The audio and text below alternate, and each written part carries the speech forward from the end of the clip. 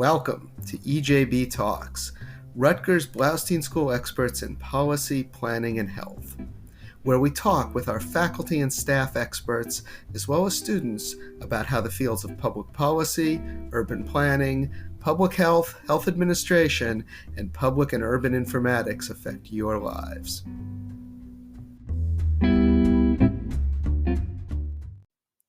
Welcome to EJB Talks. I'm Stuart Shapiro, the interim dean of the Blaustein School, and the purpose of this podcast is to highlight the work my colleagues and our alumni in the fields of policy, planning, and health are doing. This year, we're taking a break from our 30th anniversary theme of featuring alumni. I know it seems like we take a number of breaks, but the midterms were yesterday. So Amy and I are going to talk about them. We're recording this at about noon.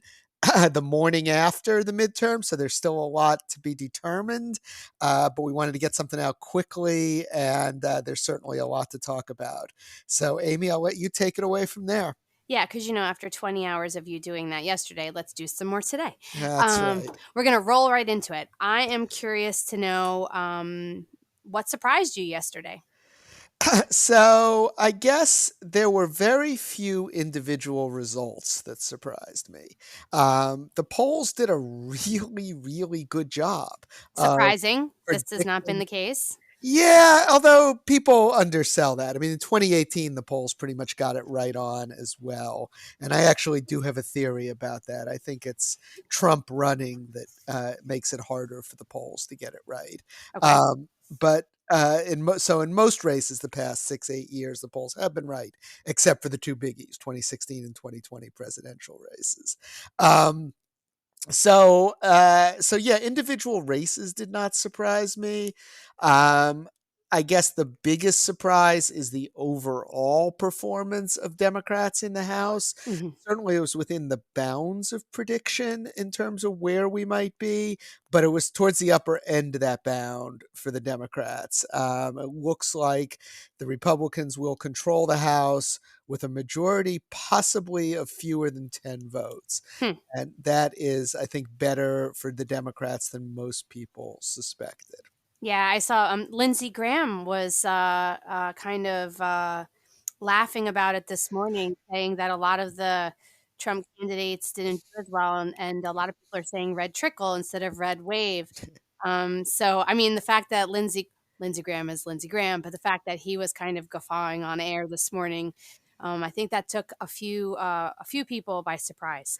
Well, Lindsey Graham blows with the wind more so than almost any politician I can remember, from excoriating Trump to groveling to Trump to now turning on Trump. There is no doubt, though, that it's going to take a while to digest everything that happened last night. We have to be careful of succumbing to narratives and trying to fit everything into one little explanatory box. But the big loser last night was Donald Trump. And I don't think that we need too much more analysis to get around that. With the exception of J.D. Vance, nearly every candidate that Trump vocally supported lost. When all is said and done, if the Democrats control the Senate, they likely have Trump to thank for that by pushing Don Bolduc in New Hampshire, by pushing Herschel Walker in Georgia. It was really and there are a number of House candidates and governors that fall in that category as well. And even Vance got a major influx of cash and support from Mitch McConnell near the end of the race. Mm-hmm. And so even that one, Trump will take credit for, but does not deserve full credit for. So it was a bad night for the former president. And reports have him throwing temper tantrums this morning. What a surprise. Yeah, no reports on whether he threw any spaghetti against walls, but he's clearly not happy, but I'm sure he's blaming other people and not himself. So I'm going to get back to Congress in a minute, but there were a lot of governor's races that, for many reasons, are incredibly critical. Dobbs being one of the many reasons it was critical to see those races. There's one in particular. It's Arizona. It's a little tight. Is it Arizona? Yes. Yep. It's a little tight, much And like their Senate race, Nevada and and Nevada. Nevada as well. Yep. But were there any governor's races that uh, didn't surprise you, but you're happier? You feel the results are a little bit, different than what some people Well, suspect. you're absolutely right in that, the races, the governor's races and the Secretary of State races were critically important because the 2024 election will depend on governors and secretaries of state willing to certify victories that their party does not have. And so Gretchen Whitmer and Josh Shapiro in Michigan and Pennsylvania, as the polls predicted, but still very happy to see, given that they were both running against election deniers and conspiracy theorists. Both won handy victories. Tony Evers in Wisconsin also won a much closer victory against his opponent. And that was also gratifying to see. And Wisconsin avoided a supermajority of Republicans in the state legislature. We're not out of the woods yet, though, because the Yeah. Nevada and Arizona races are still yet to be determined. And in both of those cases, you do have Republican election deniers, including the increasingly prominent Carrie Lake in Arizona. She's an interesting person. Yeah, that's a Yeah. nice way of putting it. Trying to be positive, sir. And so, yeah, that is those races are also very important for 2024.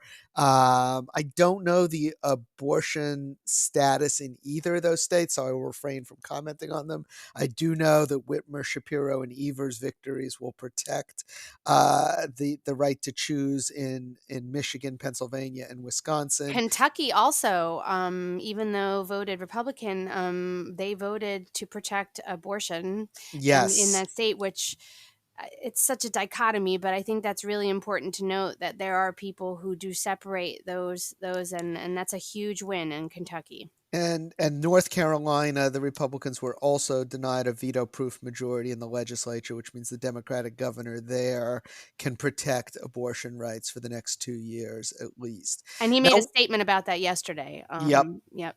And one thing to note, though, I think what's happening here, and it'll be interesting to see if the anti-abortion movement adjusts by going very extreme in their policies in terms of trying to ban abortion altogether.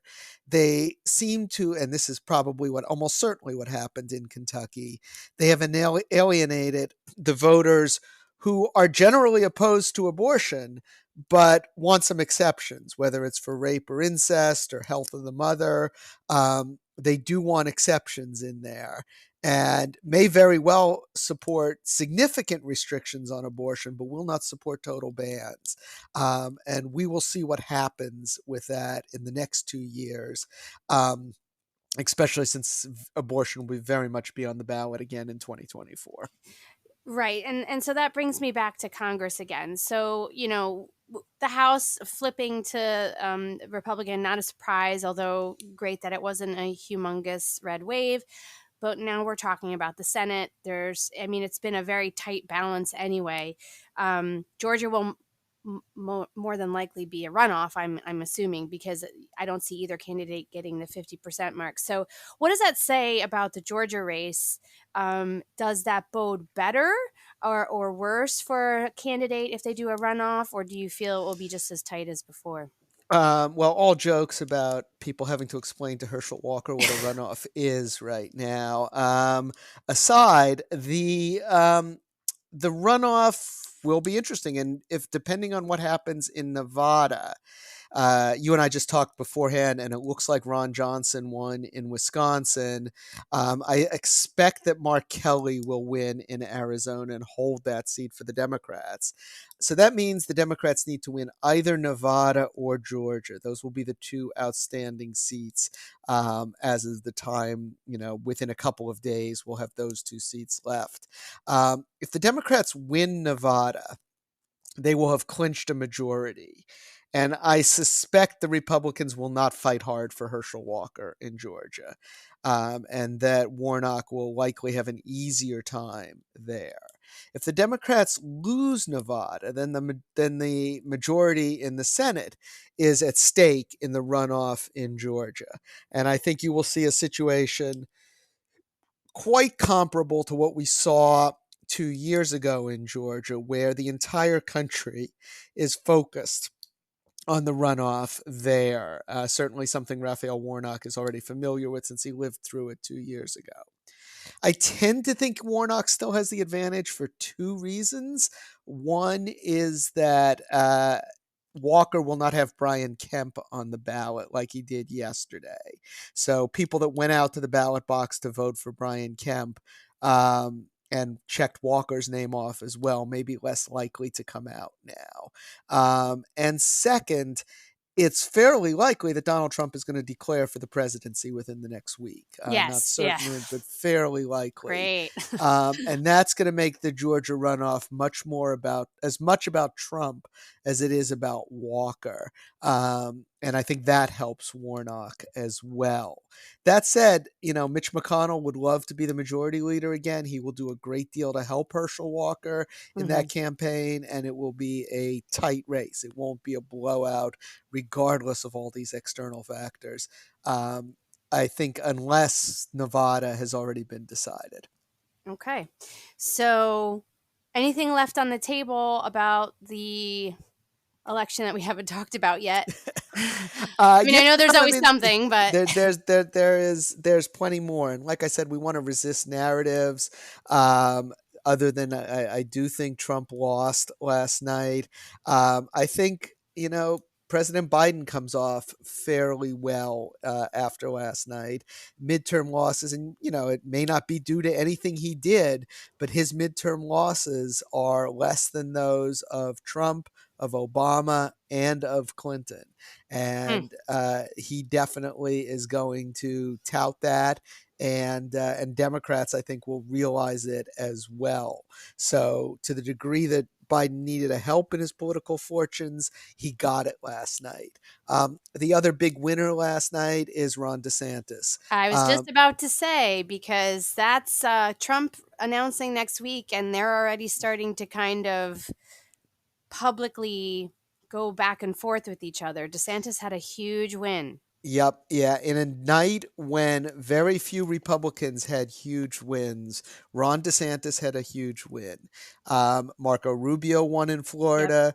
The Republicans picked up, I believe, 3 House seats in Florida, and Ron DeSantis can justifiably claim credit for all of that. Yeah. Now, the rumors were last week that DeSantis would not challenge Trump if Trump ran. But given the backlash against Trump that's already occurring, Fox News this morning posted on social media that Trump was to blame for the Republican underperformance last night. You're certainly hearing insiders talk about how this was Trump's fault. And Um, Lindsey Graham. yes, and you're hearing Lindsey Graham talk about it. Yeah. May all indicate that Ron DeSantis may reconsider that, and may indeed come into the race. If I'm DeSantis, I don't feel like there's a rush to do so. Hmm. There's a reasonable chance that Trump gets indicted within the next few weeks as well, Right. or a special counsel appointed to investigate one or both of the DOJ investigations into him. Um, why not wait and see how that starts to play out before making your decision? Plus, he Because just won the governor's race, so yeah, you that can never float stopped on a happy anybody. cloud. Um, and but certainly, I think one of DeSantis's campaign planks will be: look, you may love this guy, I love this guy, but he can't win, and Right. I can, and these lawsuits are part of the evidence as to why he can't win. And so there is some argument for DeSantis to wait a little bit. That's certainly one of the plot lines that comes out of last night's elections. The other thing to talk about is, and I have mixed feelings about this, but um, let's say the Republicans have a 8-seat majority in the House. that is an utterly ungovernable caucus for Yeah. whoever the Speaker of the House is. You have got on the one side Marjorie Taylor Greene, Matt Gaetz, Paul Gosar, Andy Biggs, who will all be pushing you to shut down government, to ban abortions, to pull out of Ukraine, all these things that not only will the Democrats oppose, but a good portion of the Republican caucus will oppose. And if you only have an 8 seat majority, you can't afford to lose those votes on that side. Meanwhile, where Republicans did well last night, it's looking like, are in House races in New York and New Yes. Jersey. Tom Kean Yeah. Jr. beat Tom Malinowski here in New Jersey. They've picked up at least 2 seats this morning in New York. Lawler is one, Yeah. and I can't remember the other right now on Long Island. And there's a couple others they may pick up that are still undecided in New York and in California, which means you'll have some moderates in the Right. caucus as well who are running from districts that Biden carried in 2020, who will be not so happy about catering to Marjorie Taylor Greene and Matt Gaetz and Paul Gosar and Andy Biggs. It is a very hard caucus to manage. There's going to be, I mean, from a stand back and watch the craziness perspective, it will be entertaining. But for the need to successfully govern the United States, Yeah. it will not be a good thing because you could have a debt limit crisis, you could have multiple government shutdowns, you could have a very much a who's in charge here scenario for the Republicans to deal with. And that's true whether or not they take the Senate or not. And so that will be something that's another plot line that comes out of last night's races. At the end of the day, though, the Democrats did reasonably well. Not fantastic, not spectacular, but reasonably well, particularly given that it was a midterm with an unpopular president with inflation at 8.8%, and they have to be happy with that. And the question is, what lessons will each side learn from it? Will the Republicans learn that insurrections are bad and extreme pro-life policies are bad? Or will they double down on that for the 2024 elections? And will the Democrats learn that they won by running reasonable candidates in races where such candidates are needed in order to secure victory? Well, well, I feel like we haven't really gone anywhere. And here's the But thing we could too. have gone We could bad, have gone and worse. Yes, yes, we it's could true. have. Was very viable that would happen, I and did say to so my husband this morning, "Well, we wake up just kind of nowhere, but better than off than it could have been." And even if the Republicans win the majority in the Senate, nothing's really going to happen. They're not ever going to be able to do anything the without presidency. compromise and without the presidency. So my fear for all of us is it's nothing's going to happen. I think that's likely. Yeah. No, I don't think. I think the major policy portion making of Biden's first term of the presidency Over. is over, Yeah. or will be over on January 3rd. There's going to be a lot that happens in the lame duck session, Yeah. but there is that.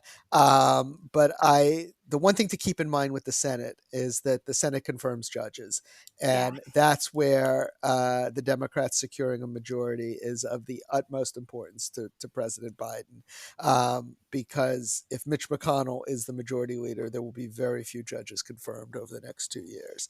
So that's where the Warnock runoff and the results in Nevada make a big difference. Well, hopefully, we won't have to do another catch up because it will just kind of meld into what we've talked about and we won't have to worry about it. It was exciting to see a lot of the governor's races. Yep.